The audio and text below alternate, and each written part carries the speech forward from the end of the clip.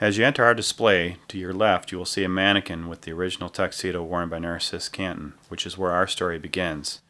Born in 1870 at the French settlement just north of what is now St. Joseph, Ontario, 8 miles north of Grand Bend, 8 miles south of Bayfield.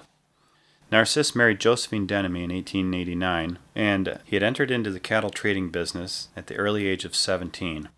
As most of his cattle was being shipped to Buffalo, New York, Narcisse decided to migrate there to better watch over his business.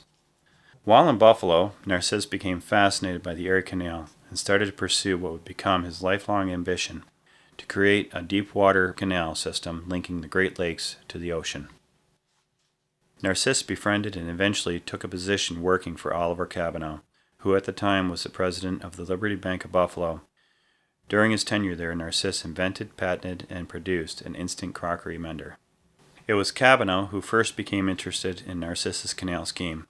He in turn introduced him to several prominent businessmen, including the presidents of U.S. Steel, Bethlehem Steel, and CPR Rail. And so the dream began. Narcisse, his wife, and 2 sons moved back to the French settlement. Narcisse, with the help of his investors, purchased the land which was to become the city of St. Joseph. He built factories, hotels, mercantiles, and residences, employing about 80 men starting in 1897. The Balmoral Hotel was to be a 200-room, year-round resort with all of the finest appointments.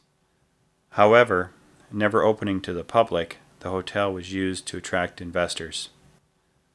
Narcisse, wanting to show the viability of shipping at St. Joseph, petitioned for and was granted from the government funds to construct a wharf. Completed in 1903, this wharf served St. Joseph for shipping products out of and bringing material into St. Joseph. In the year 1908, Narcisse, happy with the way St. Joseph was developing, decided to explore the viability of bringing the railroad to the lake, hence the incorporation of the Stratford and St. Joseph Radial Railroad. Although bringing before the House of Commons in the years 1902 and 1908, it was not until May 30th, 1914, the Great Lakes and Atlantic Canal and Power Company was finally incorporated. Granted its charter to start the construction of the canal system, survey towers were installed, and digging started at the Lake Huron side. Unfortunately, war broke out in August of 1914, and all capital projects were stalled. As the war dragged on, investors became nervous, and many properties, businesses were sold or simply abandoned. During these years, many different avenues were explored. The Cantins built stockyards, which you will see portraits of some of their horses. The St. Joseph's fishery was started, introducing pond netting into Lake Huron. Hot water radiators were built, along with pipe organs. It was also during this time that Narcisse was introduced to Brother Andre of Montreal. On several occasions, Narcisse arranged for vacations for Brother Andre to come down to St. Joseph.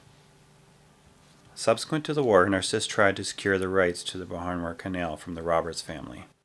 He was unable to generate the necessary funds needed to secure these, though, and it was at this time that his dream of the Seaway began to die. He did, however, spend the rest of his life pursuing his idea, and in 1953, 13 years after his death, the St. Lawrence Seaway was open for business.